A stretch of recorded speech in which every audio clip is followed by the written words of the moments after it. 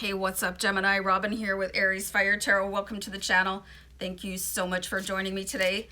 So I have the Starman Tarot card deck in my hand, and my intention is to do your February 2021 mid-month tarot card reading. So this is kind of a staple on my channel. I do your mid-month using the Starman's deck, but I generally use the Starguide spread that is in the companion book for the deck. But I found this really cool stargazer spread, and I thought that would be very interesting to do for your mid-month reading, Gemini. So I'm gonna lay it on you right away after I shuffle out here a couple times, just being guided to do a little bit of a deck clear here for you. So I hope you're all doing great. I hope you're doing fantastic, and I really do appreciate you being here.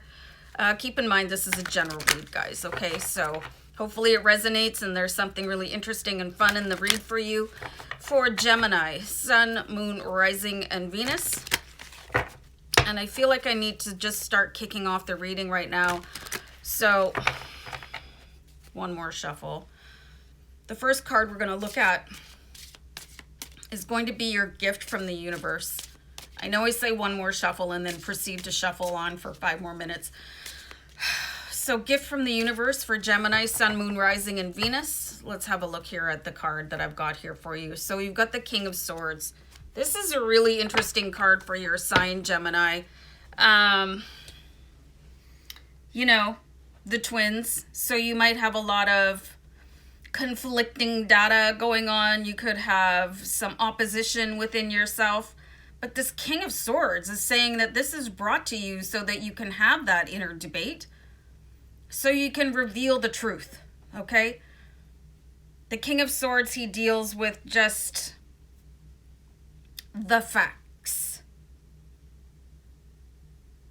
This is a very quiet King of Swords. There is an ability in you to still everything around you so that you can see the unvarnished truth. And the debating voices in your head could be that challenge that you need to overcome instead of just accepting it as part of your zodiac sign. Oh, well, that's just the way it is. I'm a Gemini, right? So I find generally people are put into situations that are tough so that they can overcome them. So you have this extremely wise counsel, and he's sort of judge and jury behind the two voices of the Gemini partnership. You might not be aware of him, this King of Swords energy. You know, this is very interesting because he's an air sign like you guys. So you don't have to feel conflicted. You don't have to feel like you're separate, two separate entities in one, because it's all the same thing. I'm going to clarify out this card here just so we can get a deeper message. So you've got the Chariot card here. So what's very interesting is right away I got this message. This could be just that distraction that I was talking about, that thing that you need to overcome. And then once you do that, once you realize that's not two separate voices, it's all one voice, you're going to be this really powerful energy that you can focus on one thing with everything in you. Get everything aligned. It's like, have you ever been to, let's say, a church, or you've been chanting or something like that, and the energy of all these voices combined turns into one very powerful stream of like manifestation, like how the voices of a choir can combine into one incredibly powerful voice. This is the gift that you have, and it could feel like it's a curse because of the debating, but it's your challenge to overcome as part of your soul contract. And then once you learn to master everybody, to get them all sort of in the same line, there's nothing that you can't do. Chariot card. Man, you guys could really take off once you understand that it's not two halves. It's not two halves. It's a whole, you know? And to get everybody in agreement. This is killing me. I'm sorry. I have to take that out. And then you'll become as powerful. Oh, that looks good. You'll become as powerful as that choir or the church congregation or that group of chanters, you know, where it's just that one and you can feel like the sky expanding, you know. That's what you guys have within you. But if you have sort of sat back and just let it go and sort of, well, this is just the curse of the Gemini, you'll never be able to make it work for you. So let's see the purpose of this gift for you guys, so you can end your current existence. Oh, very interesting. I just got some words here that you guys could be the person in your line of ancestors that stops an ancestral curse or an ancestral not so good tradition. This is very interesting with this particular Ten of Swords, and yes, that's David Bowie in the background. This Ten of Swords is the separation, releasing ego, releasing struggle. This is the end of an era for you guys. And this could be, you could have many Geminis in your family going back, or people that were just seen a little bit sort of outside of society. Maybe they, I don't know, maybe if they had voices in their head, you know what I mean? So once you start to understand that this is the most powerful gift you have ever received, where it's not, like I said before, it's not two halves, it's a whole. And it's just getting it to work together. And then this will end. And you'll probably comfort a row of ancestors before you. Fascinating.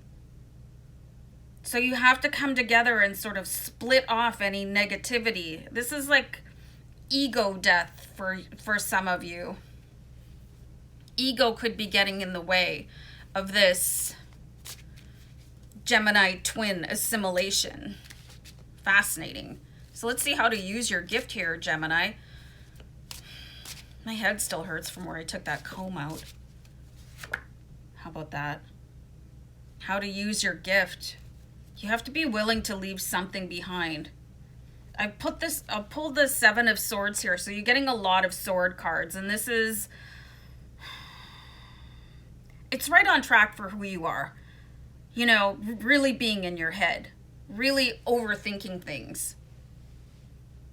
And again, the warring thoughts. You know, the back and forth. There's something that you have to be willing to leave behind here. There's some sort of illusion that needs to be shattered about you. It's really interesting. You've got all these sort of third eye entities floating around, and I'm getting that these are your ancestors sort of watching you. So there's the myth of the Gemini that needs to be disentangled from yourself. Especially if you're really into zodiac and people are telling you, oh, well, you're a Gemini, so that's why you act that way.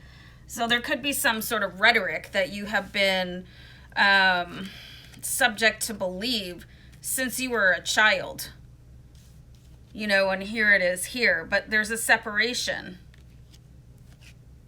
There's that separation of the myth so that you can carry on with the Seven of Swords and leave any sort of damaging information that you have either been told or read about. You know, I used to read my zodiac sign all the time. And a friend of mine said, do you believe stuff because you have been taught that, or because you think you've discovered it? So there is a certain amount of disassociation or untraining that you guys need to do in order to amass the troops, you know, your own troops. This is really strange. So let's see your biggest obstacle here for you, Gemini. So you have the Prince of Wands, and again, this is a David Bowie card. Feels like he's a bit show-offy, okay?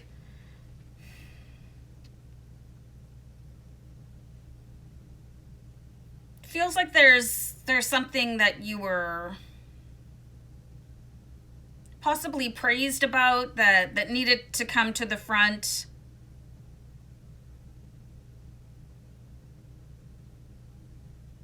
Maybe people were saying, you know, this part of your zodiac sign is unacceptable. It's really, you shouldn't be doing that. It's like unraveling that tapestry of what was woven before you because you're a Gemini. There's more for you guys to learn here. This could be the facade that you bring on to show other people so that they'll stop saying damaging things to you. You know, oh, you're a Gemini, so blah, blah, blah. You know what I mean? So how do you get past that? How do you like really accept who you are for you, not because other people have said it? This is going to be an individual journey for you to bring that separation and then peel off the ego that I was talking about with this 10 of Swords. That's that ego. And here's your ego here. It could be your alter ego. It could be that person, you know, oh, I have to go public speaking, or I'm going on a date for the first time, or, you know, I have a job interview, and the persona is there. It's that persona that has protected you and probably generations before you, but it's not you. You know, it's a projection of who you think that you should be based on what other people have said about you as a Gemini, and probably something to do with your gender, and setting limitations on you. So this is where your limitations are going to come to an end, because you've got the King of Swords, and he's saying, yeah, a lot of that was a fabrication, so it's time to sit with it and decide what really belongs to you and what doesn't. Interesting. So let's see how to overcome that for you, Gemini. You've got the Seven of Cups. So this is really interesting too. You know, you've got more options than what is currently going on for you right now. The Seven of Cups, okay? So you've got 2 sevens in your reading, so check that out. It's an angel number 77. Just punch it into a browser.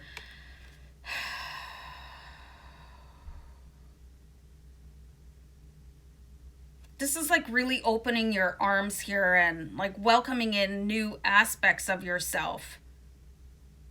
It's like you're going to uncover the hidden treasure trove of who you really are, and not based on some story that was passed down from generations, or just in this generation where I feel like many of you were labeled as a child, where Gemini was not a good sign for something, or your interest was not acceptable.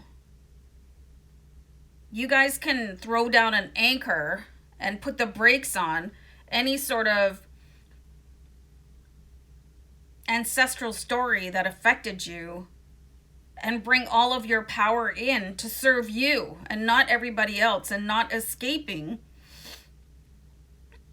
the things that you were probably programmed to believe were bad about you because you're a Gemini. Oh, you guys have got some work to do here.